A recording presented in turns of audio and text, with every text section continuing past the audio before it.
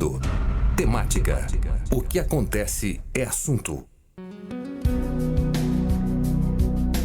9h19, bom dia pra você. É o som tranquilo de Cantária de Amor. Essa é bonita, né? De todos os tempos, do Amadeu Ming, aqui no fundinho, enquanto a gente vai começando o programa. E eu já tinha feito um spoiler, que hoje nós temos uma entrevista interessante sobre a questão da síndrome de Down. Por que é interessante? Porque nós estamos em 2025, né? 2025, algumas conquistas já foram feitas no sentido de conhecimento de legislação, de acesso, digamos assim, a questão de saúde, de cuidado, a questão também que envolve a inclusão no mercado de trabalho. Nós temos alguns avanços que merecem também ser considerados, mas ainda tem um chão muito grande pela frente. Uma iniciativa aqui em Caxias do Sul, nos próximos dias, de 18 especificamente, vai trazer mais luz sobre este assunto com quem está na cena, né, ajudando as pessoas a entenderem melhor. Já vou convidando aqui para quem está acompanhando pelo rádio, aumenta o som, óbvio, né? É 560 no AM, 79.9 no FM. Mas para quem estiver com o seu dispositivo aí, celular, ou tem aí pertinho o computador, vai lá na live que tem imagens, facebook.com/Rede Tua Rádio. Eu tenho a Tânia Rocha presente aqui. A Tânia representa o Instituto Mateus Rocha. É uma figura muito conhecida quando a gente fala de deficiência intelectual, de inclusão ou de síndrome de Down. Ela é a mãe do Mateus, né, que leva o nome do Instituto Mateus. É uma figura conhecida nacionalmente, né? Oi, Tânia, bom dia, tudo bem? Bom dia, tudo bem? Eu te diria que o Mateus é conhecido internacionalmente, internacionalmente, né? É verdade, verdade. É bem incrível colocado. isso, né? Saiu de Bom Jesus para o mundo. Ele é natural de Bom Jesus? Eu achei Ele que era nasceu natural. em Bom Não Jesus. sabia. Olha quantos nós falamos, eu sempre achei que ele era nascido em Meus Caxias. 2 filhos nasceram em Bom Jesus. Olha aí. Eles vieram para cá pequenininhos, mas eles nasceram lá. De Bom Jesus para o mundo, que bacana. Para quem talvez não conheça, acho que vou deixar a Tânia hoje contar um pouquinho dessa história do Mateus, para a gente resgatar.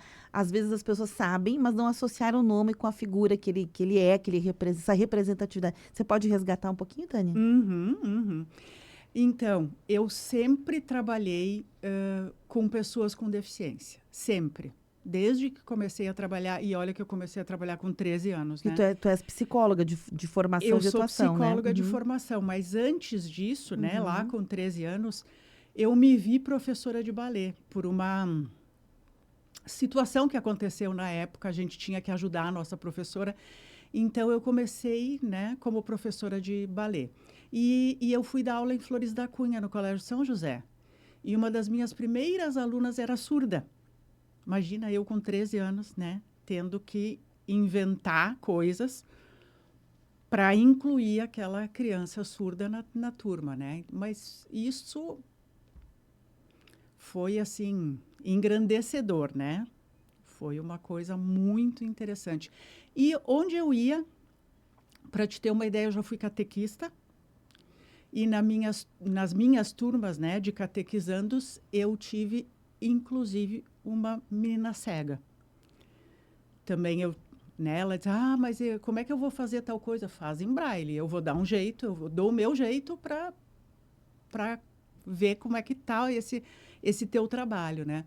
Então, eu sempre tive envolvida, sempre. Que legal isso. Mas nunca imaginei que eu iria ser mãe de uma pessoa com deficiência, sabe? Aquela coisa não passa pela cabeça da gente, a gente não fica sonhando com isso, né? Por isso que a gente diz que tem muito caminho pela frente, né? Porque a gente não sonha com isso, ninguém sonha.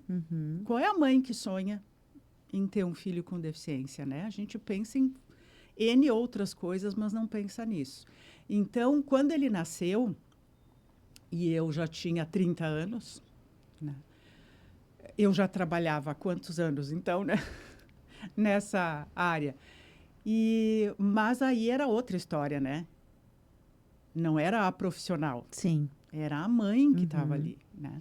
Muda o lugar, né? E a gente fez tudo que foi possível, todas as coisas. Existe hoje um protocolo, né? Hoje tem um protocolo de exames, que com tantos meses tem que fazer tal coisa, com tantos anos tem que fazer tal coisa. Na época, a gente não tinha esse protocolo. Mas a gente sabia muita coisa, né? Já existiam profissionais interessados, trabalhando na área. Então, assim, né, a gente foi... Matheus saiu com 4 dias do hospital. Nesse 4º dia, a gente foi para o Centro Lídia Coriá, em Porto Alegre, para começar a estimulação precoce com ele. E a estimulação precoce é a grande dica. Olha só. Bom, Essa é a dica. A gente vai ter uma caminhada aqui para contar ao longo de uma coisa e outra do evento que vai acontecer, sobre também esse lado mais pessoal que leva à criação do Instituto Matheus Rocha. E o Matheus, para quem talvez não lembre a figura dele, né? O Matheus compete em artes marciais, né? Por isso reconhecido internacionalmente, Isso, né? ele é campeão mundial, né? Na categoria dele. Ele é campeão mundial em 2018. Viajou para onde? Para Estados Unidos. Estados Unidos. Ele já foi competir em onde tu imaginar, ele já foi, né? Porque ele tem que participar também dos Pan-Americanos para poder ir para o Mundial.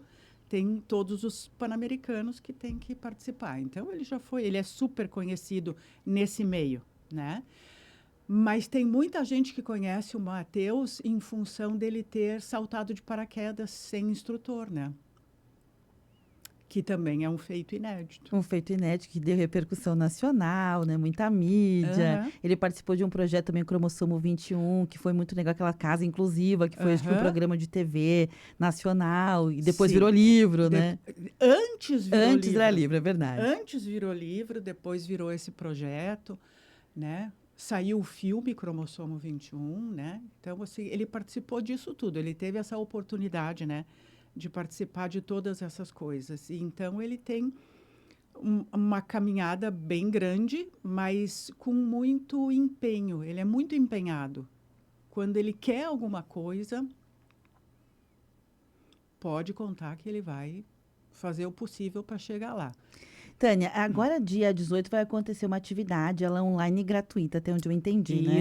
Que é Síndrome de Down, além dos cromossomos, desafios e conquistas da trissomia 21. Vai ter duas palestrantes, uma delas vai ser você, justamente por essa trajetória que tu tens nas duas versões da Tânia. Isso. A versão profissional e a versão mãe do Matheus, né? Que é um capítulo à parte, certamente. E me permita, assim, te perguntar, dentro dessa perspectiva, até para a gente poder entender por que a Tânia é tão referência nisso, né? Nós temos hoje a PAI, né? A PAI no Brasil inteiro, nós temos o Instituto Caxias Down. Instituto, não tem mais agora?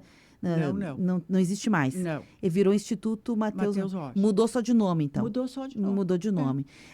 Por que estou explicando um pouquinho isso? Porque é interessante a gente entender que mesmo diante de um universo, que é o universo da trissomia 21, existem estágios, né, de oportunidade, ou de níveis de pessoas, de grupos familiares, de grupos de atendidos que estão num determinado patamar e que para outros evoluírem, muitas vezes precisa ter outras instituições que vão pegando estes diferentes, né? Porque nada é igual. Mesmo dentro desse universo, né? Existem as diferenças, que é o caso do Matheus, que conseguiu um pouco mais de autonomia. Hoje o Matheus já morou sozinho, se ele ainda mora sozinho. Então, são coisas diferentes que vão acontecendo, etapas diferentes. Você poderia explicar por que é tão importante que haja também instituições, digamos assim, para esses estágios diferentes, quando a gente fala em trissomia 21? É muito difícil para a família, né? A maior parte das famílias são leigas. Então, é muito difícil para a família fazer um trabalho sozinha, não ter uma orientação.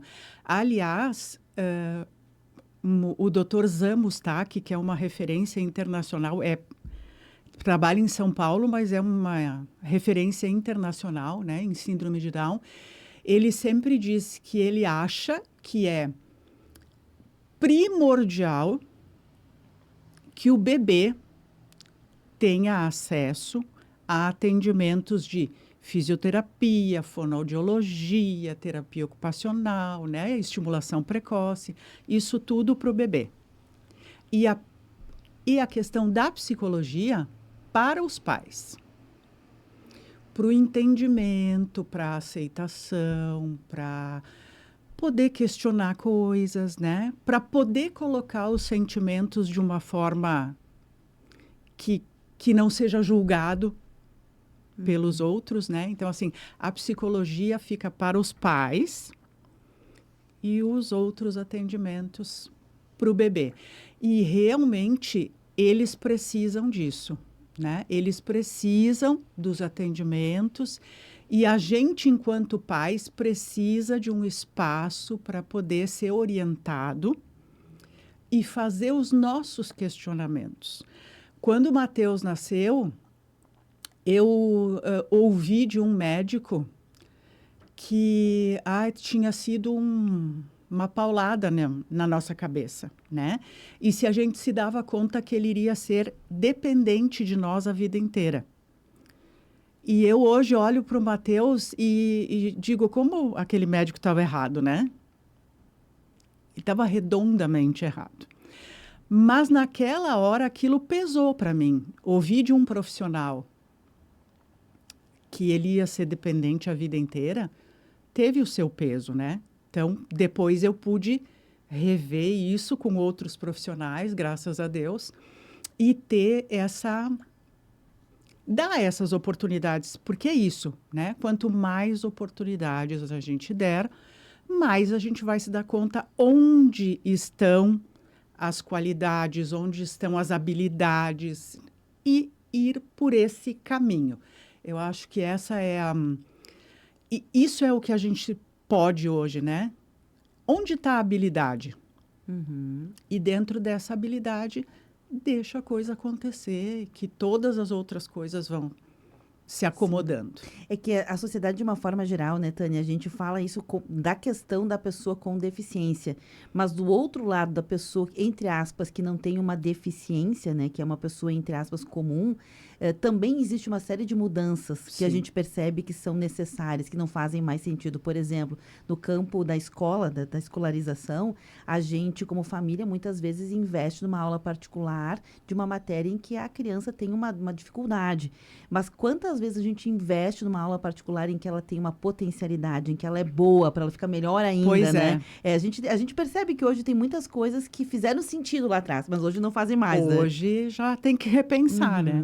E isso no universo de todas as questões. Uhum. Sobre a questão do evento que vai acontecer, me conta como a Tânia vai ser uma das palestrantes, dá para dizer assim, uma das mediadoras dessa conversa, junto com ela, a Milena Vieira da Silva, a Milena mais na questão da inclusão escolar, né? Isso. E a Tânia mais na questão da legislação, dos direitos, das experiências, e da minha né? experiência. Né? Conta pra gente por que fazer esse evento, né? Qual o público que vocês pensaram e faz um convite para que as pessoas possam entrar. Olha, esse evento acontece...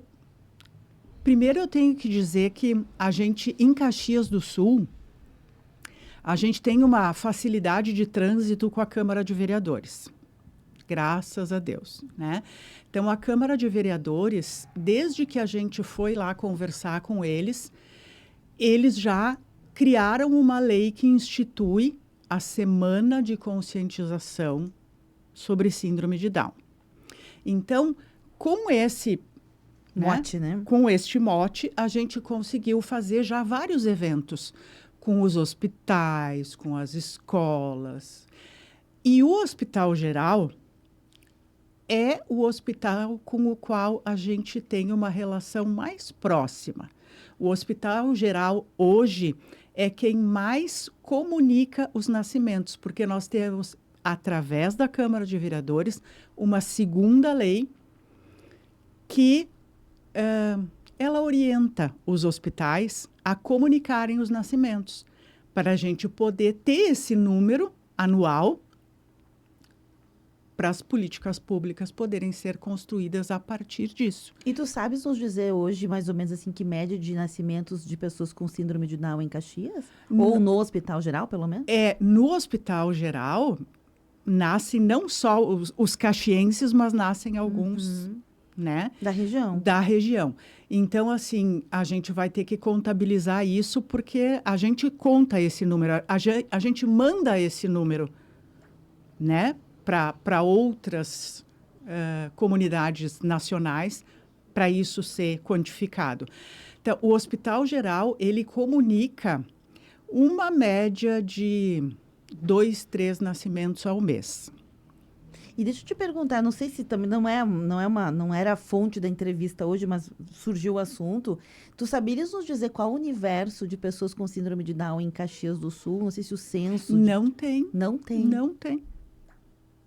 Então, a partir dessas políticas é que possivelmente daqui a uns anos teremos. Isso. Entendi. Isso. Porque não tem no censo. No censo tradicional, eles entram como pessoas com deficiência. Entendi. Então, não existe essa separação, né? Separação. E a pessoa com síndrome de Down, ela pode ter várias questões associadas, né? Isso também causa uma diferença em termos de desenvolvimento. Porque a pessoa com síndrome de Down pode ter uma cardiopatia severa, a pessoa com síndrome de Down pode ter autismo associado, a pessoa com síndrome de Down pode ter uma questão renal importante, pode ter problemas visuais importantes. Então, tem outras coisas que não é apenas a síndrome de Down, né? Às vezes a gente fica pensando, mas como é que um evoluiu de um jeito e o outro... Tem questões que estão aí, que também contribuem para que esse desenvolvimento seja diferente de um indivíduo para outro. Entendi. Neste evento que vai acontecer dia 18, vocês pegaram duas abordagens, a questão escolar e a questão dos direitos, né? Obviamente muito interessante, mas ficam desatendidos outras áreas, como a inclusão no mercado de trabalho, a autonomia, o protagonismo individual, uma das grandes preocupações. Já falamos 1000 vezes, né, Tânia? A Tânia é uma figurinha carimbada aqui da programação, até porque como editorial da rádio nós defendemos a vida, né? E não seria diferente a gente ter pautas como essa tradicionalmente aqui. E já falamos muitas vezes que, por exemplo, uma das maiores preocupações da família quando nasce, né, um bebê com síndrome de Down é aquele diagnóstico. O que vai acontecer com este filho no futuro, quando eu não estiver mais, né? Então, obviamente, e é uma preocupação. Nossa, deve ser normalmente para qualquer pai, para qualquer mãe, numa condição em que a gente, por desinformação, acha que eles não vão ser independentes, né, Tânia? Que você já deixou claro que não é uma regra em si, né? Não é uma regra em si. Obviamente vai ter mais eventos. Vocês têm uma jornada já? Nós vamos ter uma reunião na Câmara de Vereadores amanhã. E aí nós vamos elaborar. Porque sabe que esse período de janeiro e fevereiro ali, né, as coisas não acontecem. E o nosso interesse não é fazer grandes eventos, né? O nosso interesse realmente é passar informação para as pessoas e que as pessoas possam fazer uso dessa informação. Os direitos continuam sendo importantes, porque a maior parte das pessoas não sabe quais são os direitos da pessoa com deficiência, né? Mas mais importante do que isso, a gente quer fazer com que as pessoas reflitam que não é brigar por direitos, né? É entender esses direitos e fazer esses direitos valerem, né? Não é brigar, não é ir para frente do fórum, gritar, não é isso, né? Não é isso que vai resolver. A gente já passou por isso inúmeras vezes, né? Mas é conversar, é ver as ideias de cada um, né? Ver se todo mundo está alinhado. Porque tem até advogados que não sabem, né, muito bem desta área. Então, a gente precisa saber quem é que está alinhado para realmente a gente poder... fazer transformação social, né? Exato. Que lá no final o objetivo é esse, né? Aliás, aqui no programa, só me permita mencionar, essa semana mesmo a gente já temos aqui um alinhavo para trazer aqui a representante do Ministério Público do Trabalho em Caxias do Sul, justamente para também explicar que existem legislações para quem tem algum tipo de deficiência, né? Que pode ser jovem aprendiz, que é uma possibilidade do mercado de trabalho, até os 90, enquanto a pessoa for viva, ela pode ser, embora a cronologia de jovem, né, não seja mais a mesma, entra nessa mesma legislação. Mas né? é interessante isso, é significativo isso, porque eles têm uma aparência jovem. Sim. Eles não, né? Matheus tem 30 anos, ele tem 33. A idade de Cristo. E aí, quando as pessoas olham para ele, acham que ele é um adolescente, né? Ele não tem cara de 33 anos, né? E eles têm mesmo essa... Mas a pauta da inclusão escolar, ela é importante, porque isso ainda é também uma caminhada. E sem a inclusão escolar, como é que a gente vai ter inclusão do trabalho? Sim. tem coisas que vêm antes, né? Deixa o convite para quem quiser participar, vai ser pelo YouTube. No YouTube do Hospital Geral. Tá certo. Dia 18. Dia 18, das 19h30 às 20h30. Mas se as pessoas quiserem participar, né, participar fazendo perguntas, Pode também? também pode. E é para todo mundo, né? É para pais, é para profissionais.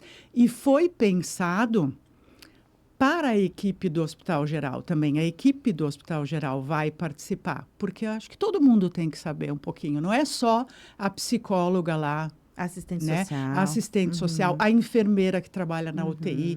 Não, é para todo mundo, né? Desde a Todo mundo. recepção até o atendimento final. Tem toda a razão. Fica o convite, então. Aqui no site da rádio também a gente vai colocar essa informação com o ótimo. link, né? Então, para quem quiser, eu gostaria de acompanhar, quero saber mais sobre o assunto, vai direto aqui no link, lá no dia 18, tá bom? Não precisa fazer inscrição Isso. prévia. Nada. É só chegar no É dia e entrar no só link. chegar. E no site da prefeitura, com certeza, também teremos a programação, né? Porque, como eu te disse, amanhã a gente vai alinhar Tá certo. essa questão da semana, que é o dia 21 é o dia, né?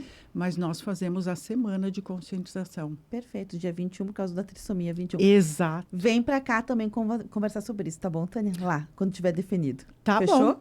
bom, tá ótimo. Muitíssimo obrigada. Obrigada a É sempre você. um prazer. Obrigada mesmo pela presença aqui, Tânia. Eu vou fechando a live porque a gente tem um compromisso aqui com outra entrevista no programa também. Hoje tem o quadro Saúde e Beleza.